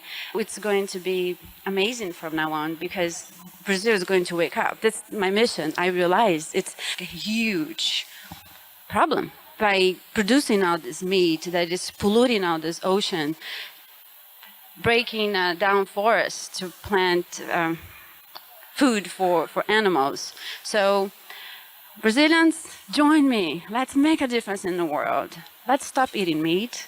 Let's save our oceans. Let's leave the animals where they are. Let's go green.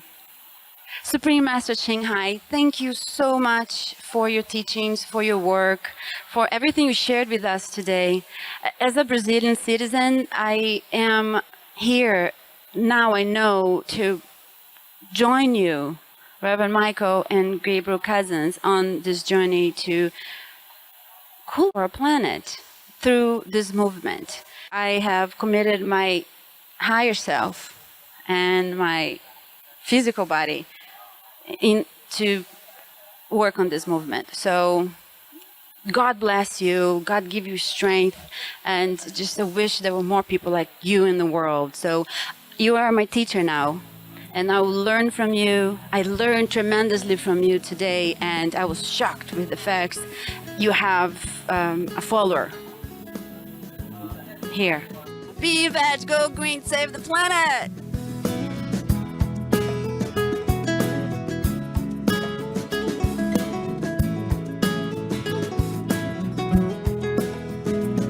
Greetings in the name of the Most High.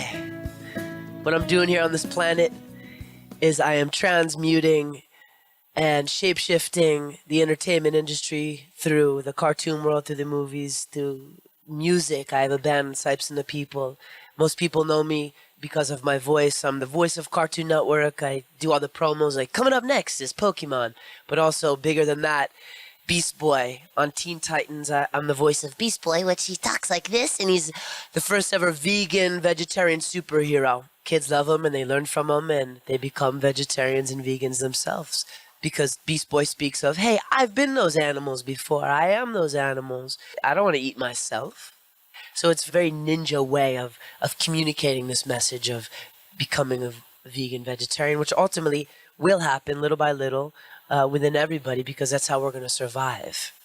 I've been a vegetarian since I was 12 years old. A vegan now 7 years. A raw foodist 4 years now. So it's an evolution of basically being attracted to the things that make me feel good. So the cleaner your diet, the better you feel. The higher your vibrational frequency is, the more you can instantaneously manifest everything you want. And that's what I tell kids as I travel around the world. I'm going to New Zealand next week, and I'm playing shows with my band Sipes and the People, which is a band that also carries the message of becoming aware that you're everywhere and everything, including the animals, and you wouldn't want to kill yourself because ultimately it hurts. In New Zealand, Australia, Germany, I'm going to these 3 places and playing music, and I'm doing interviews and signing autographs for the cartoons, and I get to communicate this message to the kids. It's mostly about getting to the youth, because they already know. If you tell a kid, hey, this is what's going on with animals, this is the repercussions of what happens, and when you put this in your body, they're like, oh, I got it. I'm a vegetarian, and they tell all of their friends. So it's a very amazing, quick process with kids. The diet has everything to do with it, because we are what we eat, and it's that precise. Not only are we what we eat, we are who we hang out with, the music we listen to, the movies we watch, the TV shows, the clothes you wear. Association is everything. That's why the entertainment business is so important. What we hear and see is how our minds work, which then therefore creates our reality. God's everywhere and everything. And as a family, as a global unit of conscious individuals, we together, our power is magnified 1 billion times as we come together. And now is the time we're coming together. So enjoy the ride. I'm in it with you.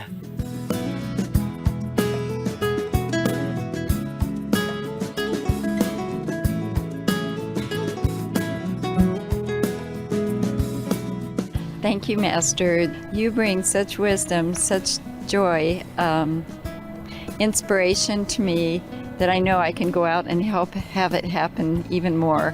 And we just thank you so much. Be vegan, save the world.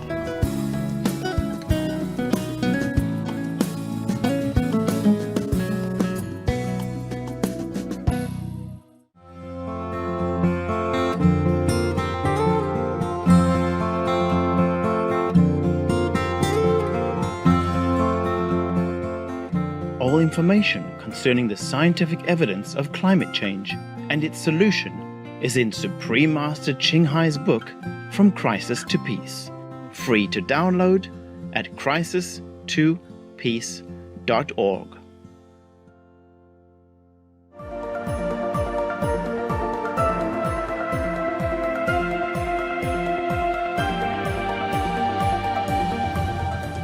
This concludes our presentation of Juice Fast for Peace, video conference with Supreme Master Ching Hai on words of wisdom.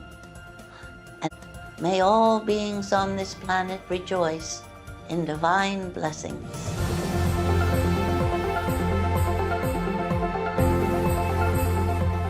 For more details, please visit suprememastertv.com/WOW.